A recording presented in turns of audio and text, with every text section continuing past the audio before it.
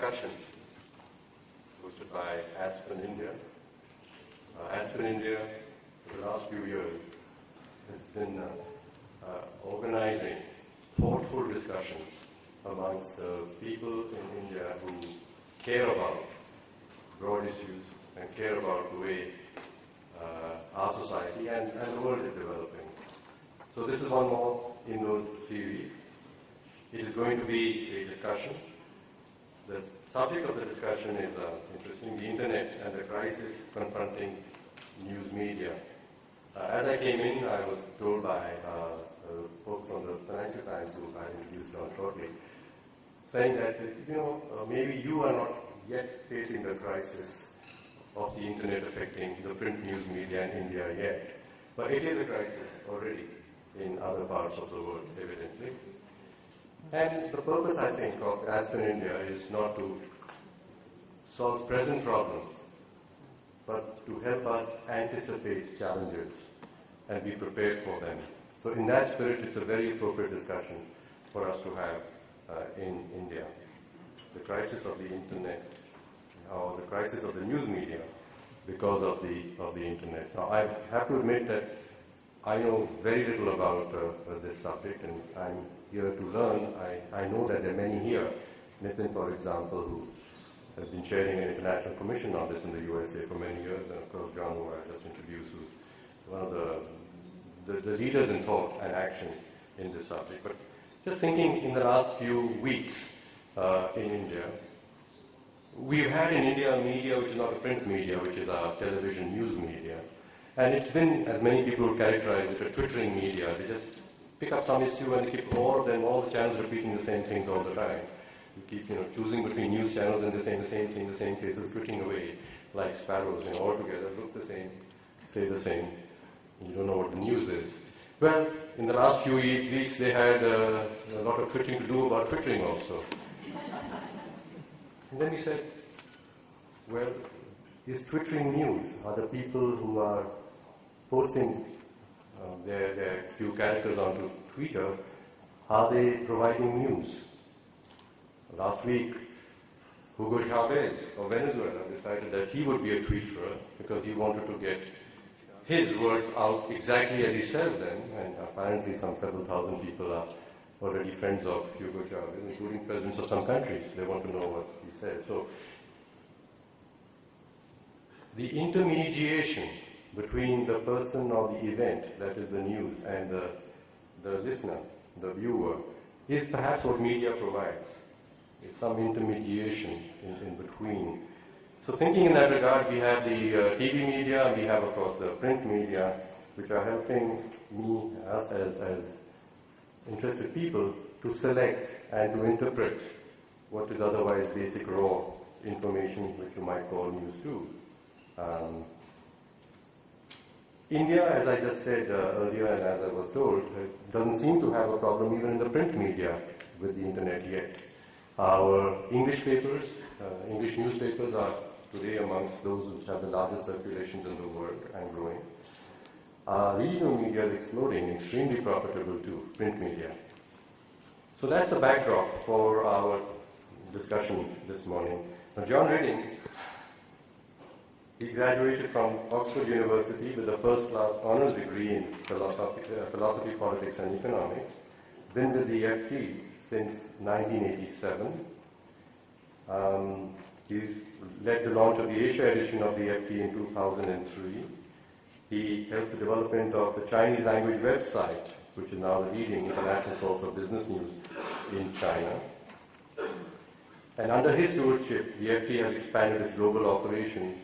He's been chief executive of the FT since June 2006, and under his stewardship, the FT has expanded its global operation and developed its digital channels with investment in FT.com and acquisition of money, media, and executive appointments. So he is in the eye of the storm, as it were, when we think about the internet and the crisis confronting news media. And with that, I'm going to ask him to share his views and thoughts with us. And as he has suggested, and I think it's a very good idea in the Aspen spirit, that it's going to be an interactive, participative discussion for another 45 minutes after that. So there will be time to hear various views and so on. I'm just going to make one request. I'll be chairing moderating the flow of the discussion, is that we are a small group and we are very thoughtful people here. So I'm not expecting, like in the usual crowd, I say, please restrict yourself to 30 seconds. You may take more time to give a point of view, or you may ask a question briefly. But if it goes too long and you start becoming the monopoly of the time of everybody, then you allow me to request you to please summarize in a sentence, and let's carry on and have other voices heard. Okay? Thank you. John?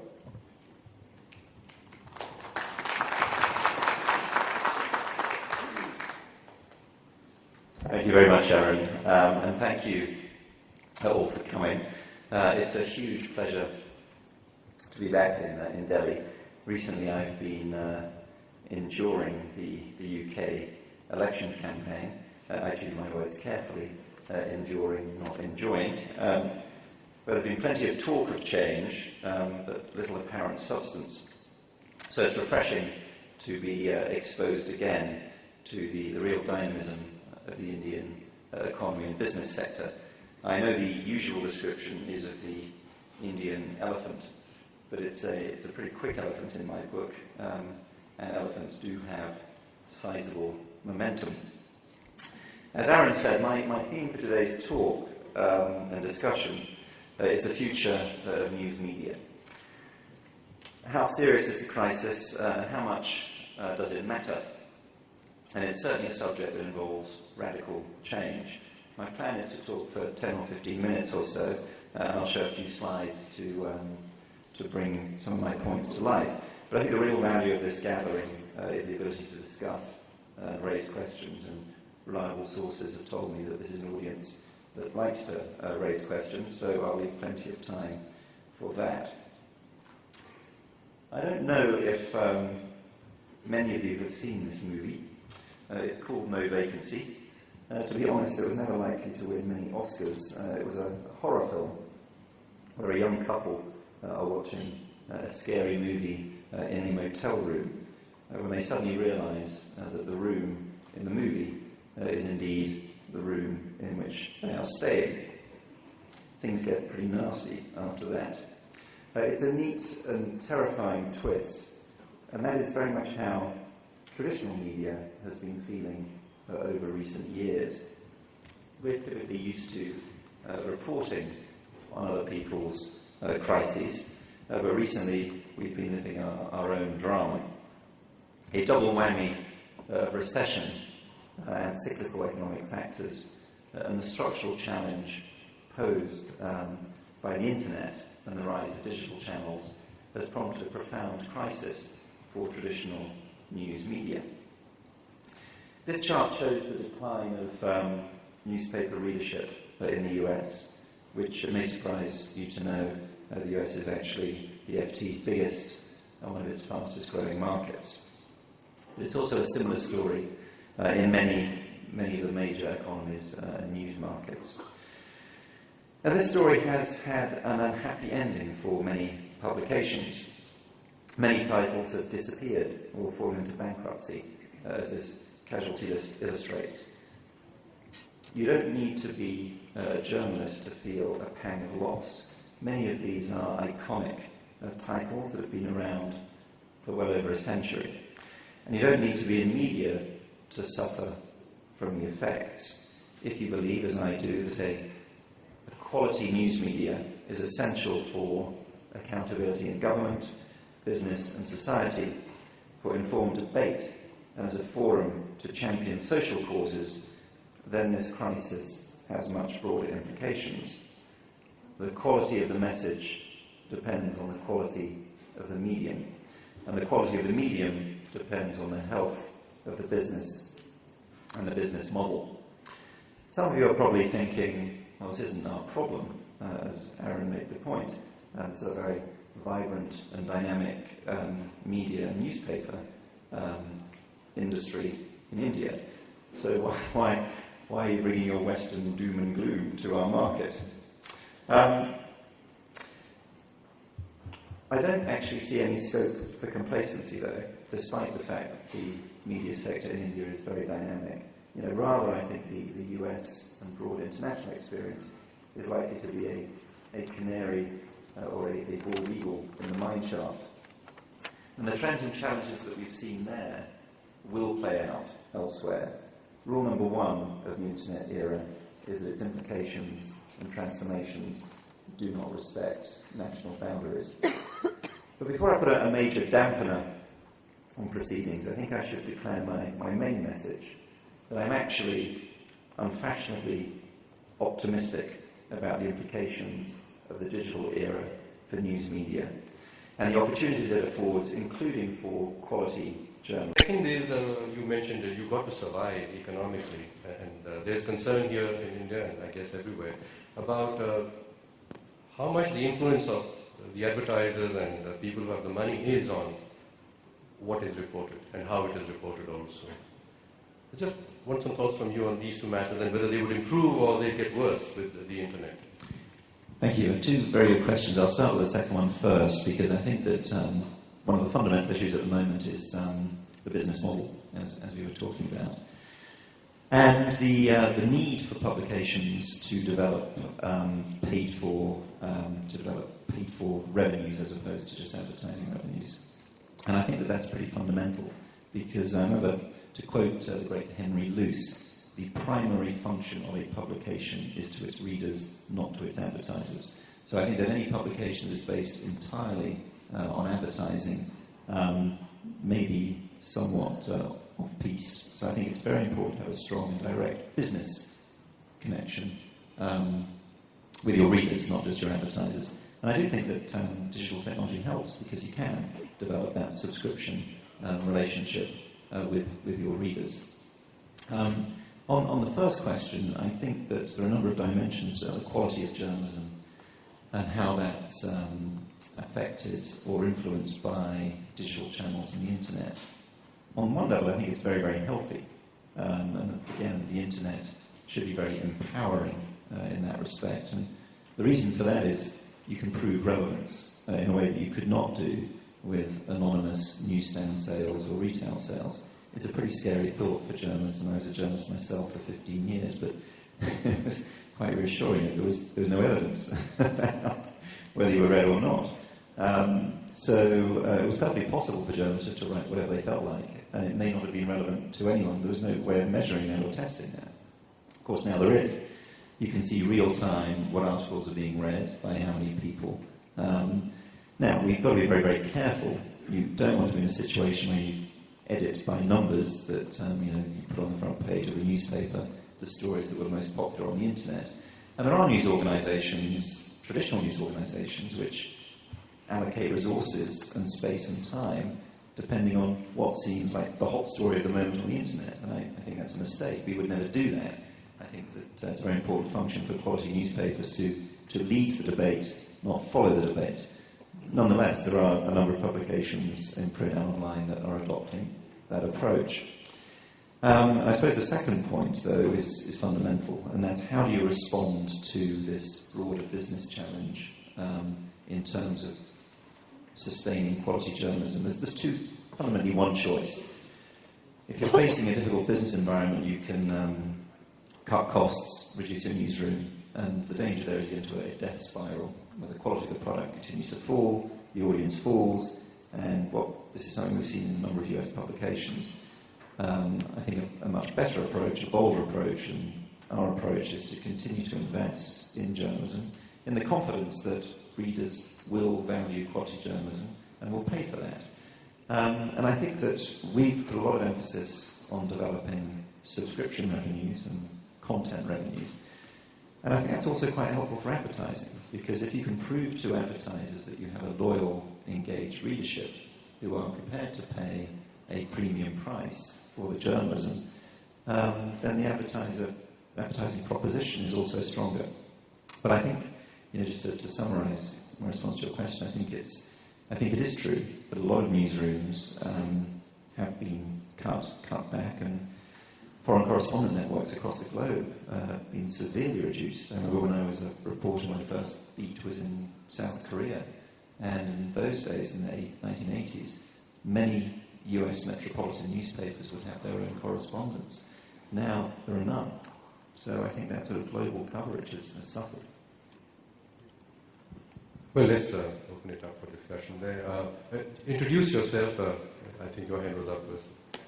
My name is Kartar Himazari. I take a general interest in the business of dissemination of news, quality news to people. Now, the crisis is there to any observer, stares you in the face. I have a suggestion. Just as in education, you have universities endowed with huge funds, and like Harvard or Oxford, Cambridge, and they do a great job of providing education. Why can't we have similar institutions, let's say, similar endowments to promote journalism? Thank you. You can, and it's a live issue. I mean, one of the responses to this crisis, particularly in the US, is there are two sort of left field ideas that are becoming centre field, actually. One is that public funds should be used to support, particularly local and regional papers, through the very good intention that these publications are important for governance, representation, democracy, and it's a perfectly noble position. And I agree that newspapers play an important role in civic and regional governance. And the other idea was to develop trusts. And that happens. So, for example, in Britain, the Guardian newspaper is funded and supported by the Scott Trust, which is a charitable trust. I think that they both have problems. I think the problem with a trust is that ultimately trusts run out of money too, that you need to keep sustaining the trust. So over a period of time, for a short-term crisis, a trust can be valuable in terms of supporting a publication, guaranteeing its editorial independence and integrity. But over time, if the business model doesn't work, the money will run out. And I think there are deeper issues even with sort of public funding and public support, because if you take the view that I do and we do at the FT, that newspapers have a very important role in governance and monitoring and being a watchdog on political authority, and they're partly politically funded, you have a bit of a contradiction. So my personal view is that it can be possible and should be possible for newspapers and news organisations to have business models that work and make them fully independent. I think that's the best objective, the best solution. But I think it can, to your point, trusts can play a useful role over a period of time. I just think it would be dangerous for the media to be overly dependent on them.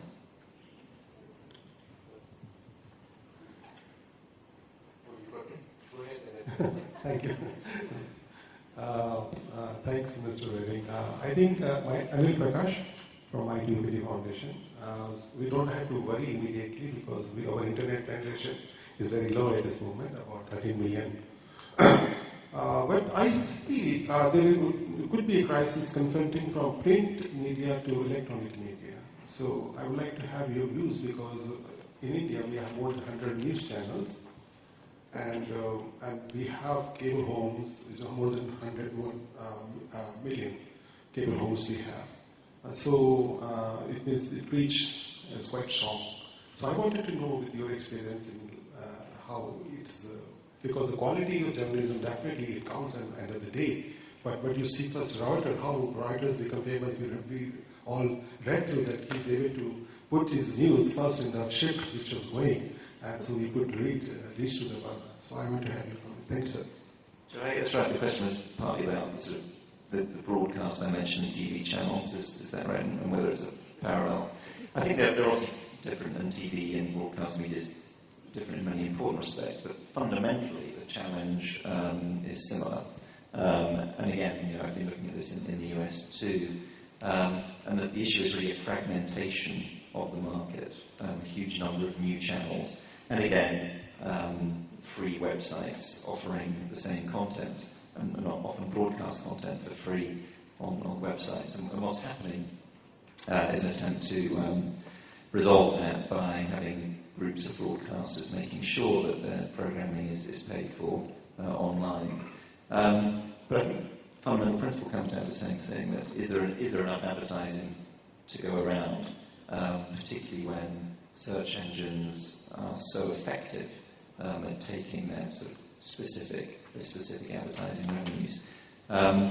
I think the solution is the same, actually, which is to make sure that whether you're a broadcaster or a TV station, whatever form of media you're involved in, you have to have a very clear view of what your audience and niche is, and be very, very dominant in that niche. I think the days of general publications, general broadcasters have gone. I think that's the fundamental challenge. It's very, very difficult to have that pricing power and specialisation across a very broad spectrum. My name is Vinod Saigal. Mr. Reading two very short specific questions. The first one is what next?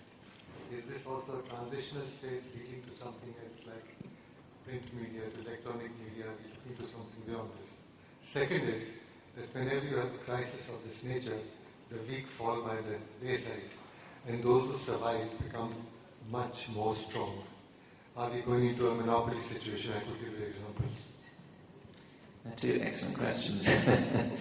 To the what happens next question, I think, I'm a believer in newsprint. I think newspapers are a fantastic format, and I think one of the things people forget in the internet era is the role of newspapers in bringing ideas that you may not have been aware of. I don't quote Donald Rumsfeld very often, but he said for years.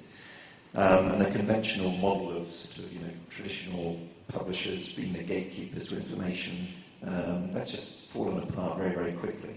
And that's okay. I mean, I think there's plenty of room on the news spectrum for all different kinds of channels and different sources of information. But I think we need to be clear that they're not going to substitute professional. And journalism is a craft, and it requires experienced professionals who know libel laws, who understand you need 2 or 3 sources. So for that kind of quality journalism, I don't frankly see any sort of threat from Twitter or whatever, and I think they're complementary. We have a lot of people following FT stories through Twitter. We put headlines out on Twitter, and it's an extremely effective way of broadcasting fast and very effectively some headlines. So if they want the real story, if they want the real analysis and the full story, then they have to come to the FT or another trusted publication. So I don't want to sound sort of snobbish or ivory towerish about this. I think it's a very important role, and it's a hugely exciting development around this sort of social networking, but it's not quality journalism. The second point, I think, I do think that a couple of dimensions to this. Traditional newsrooms are extremely big and expensive and quite often quite sclerotic, and they do need to be shaken up and taken apart. And like any industry, like any business, you have to think about the most effective and efficient way of producing news or cars or whatever. And I think India and a number of other economies have a very important role to play in that. We've actually got a very big operation in Manila, where we're doing increasing amounts of work with data, and even page production, etc. It's very efficient, much more productive than we have been in London. So I do think that a lot of news organisations are rethinking, possibly not radically enough or quickly enough, but they're beginning to think about how they reorganise themselves to frankly liberate as much resource as possible for reporting, news and analysis, and making sure that they've got the reporters out and about where they need to be.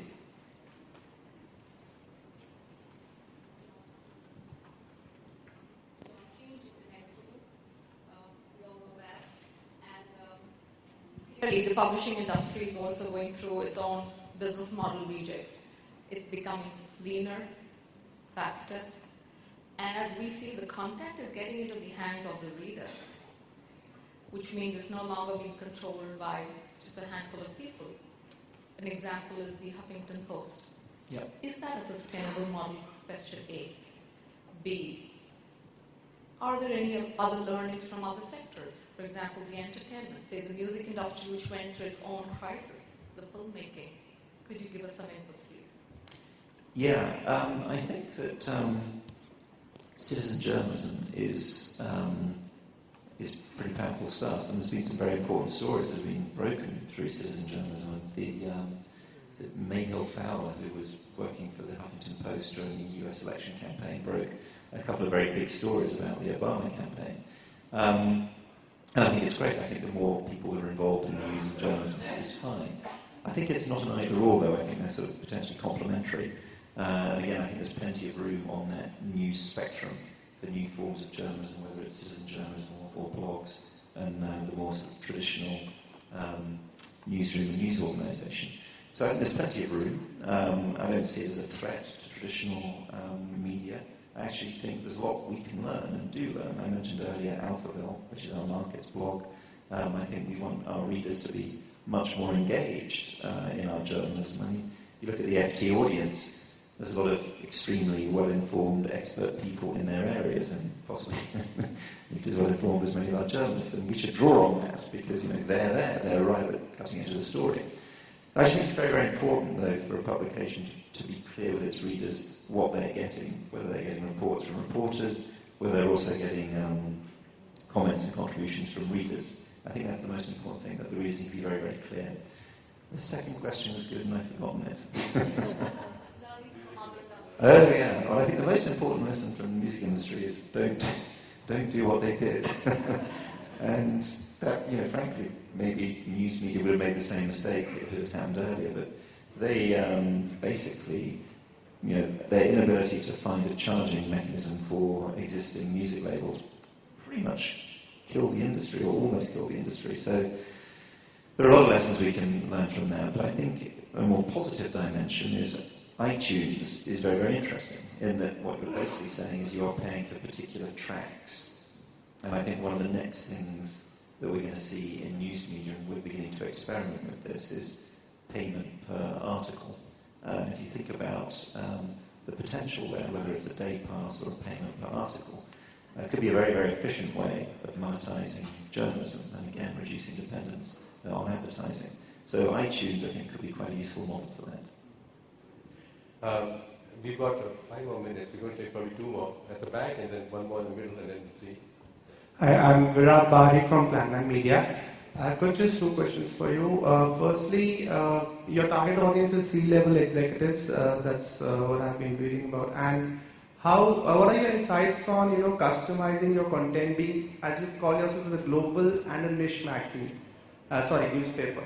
So, customizing your content to C-level executives across the world. What is your insight on that? And number 2, what is your print media model now, since you're focusing a lot on the internet, and the impact of the internet is also different in different markets. Like in India, people are still used to their newspaper. So how is your print model going to go ahead now? That's Okay. In terms of the sort of global C-suite, you're absolutely right. I mean, our experience is that there is a sort of cohort of readers, wherever they are, that have a very similar set of interests. And one of the things I found most exciting and inspiring in sort of recent years in our sort of audience development was our experience in China, where we launched a Chinese language edition online. And what we found actually was that our audience in China was very similar to our audience anywhere else. And really came home to it. I don't know how familiar you are with US columnists, but we have a rather irreverent columnist called Lucy Kellaway, who writes some pretty sharp stuff. She has a fairly kind of unique sense of humour. And we translated some of this into Chinese, and it was tremendously popular. And what I liked about that was the sense that there's a sort of similar kind of readership in whatever market we operate. So I thought that was pretty encouraging. And I think your other question was, different markets have different sort of developments. Print model, I was talking about the print model. Well, what happens to your print model now that you're focusing a lot on online? Well, the print model, I think, remains very, very important. And as it's not an either-or. We see a kind of a whole range of channels to distribute our journalism. Print will remain a very important channel, I think, for a long time to come. I was saying, I think it's a very good format, the newspaper. So really it's a question of developing other channels to complement print rather than to substitute print. Having said that, for a global news organisation like us, the cost of flying newspapers all over the place is extremely expensive, and we'd rather avoid that cost if we can, which is why developments like the iPad and the e-readers are potentially massively important, because to the extent they're a newspaper kind of experience, and when you read the iPad, it's the first device, it's going to sound like an ad for Apple, but it's the first device I've come across where you actually have that sort of tactile relationship, and it feels like a newspaper, so it's even better. So the ability to distribute our content journalism through a device like that, as opposed to flying newspapers all over the place, is extremely attractive. That depends on the market. We hope they catch on, but I think the evidence is pretty good. Yes, Mr. John. This is Dr. Sanjeev Dodeja. I have got a few points which I need your reaction or opinion. To begin with, this media has taken the role of judiciary. Sometimes they pass the judgment, even some cases are in court, still they come out with their own opinion. Do you think this type of role of media is quite remarkable? Sorry, I missed that.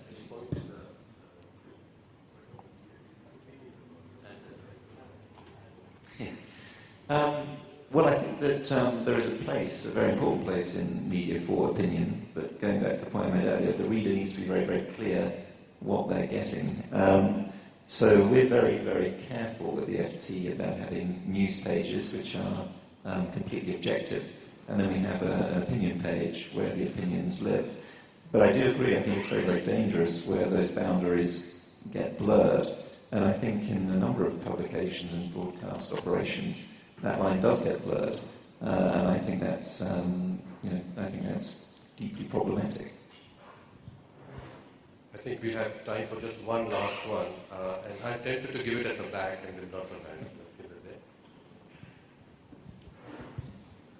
Thank you. My name is Rohan Tabrwala, and I'm an avid reader of the FT. Just two questions. Going back on what you said on the whole advertising and subscription model, we have newspaper companies in India who, instead of taking cash, they take small equity stakes in companies in terms of advertising. So what's your opinion on that? And the second question was, what do you think is your strategy for FT in India post your partnership with the Business Standard? Well, firstly, great that you're a loyal reader. We would not take stakes in companies to do with selling advertising. I think independent quality media, it's a bit like Caesar's wife, you have to be above suspicion. And I think there are too many potential conflicts of interest. So that is something I would regard as deeply problematic. We are tremendously excited about our potential in India, just for the fundamental reason that the dynamism of the economy, and in particular sort of international interface of the Indian economy with the global economy, is a very rich scene for FT-type journalism and FT-type readers. We're seeing very strong growth through FT.com. I believe that a number of the new devices that we've been talking about could be very important in India. If you look at the mobile telecoms market in India, it's staggering. There's like adding 20 million subscribers a month, which just makes me feel dizzy. The ability to transmit content and journalism through portable devices in India has to be huge. And we would like to develop a print presence. We have some issues there that we're hoping will be resolved. But I think that the fundamental driving force is real, which is that internationalization of the Indian economy and its rapidly growing role in terms of portfolio and fixed investment inwards and outwards, which I think we see as a huge opportunity. Okay, thank you. Sorry, a lot of people, but we have to stop. I've been given 5 minutes for closing remarks. I don't have closing remarks, I have a closing question, so if you'll allow me to ask him the closing question. We are concerned in our country with corruption. We believe that our political process is corrupted. We hear that it costs a lot to, in a democratic process like ours, to fight an election. And a large part of the cost is the money you have to pay to the media to get your message across. The television media is making it very expensive, and now the news media also is encouraging you to pay for having your point of view and your stories out. So to fight an election fairly, or to fight an election and to be successful, you need a large amount of money, and you're corrupting the media possibly in the process of giving them the money, but you're also having to rely on sources for money, and this is going to be a vicious cycle, and the whole society is getting a bit corrupted, largely corrupted in the process.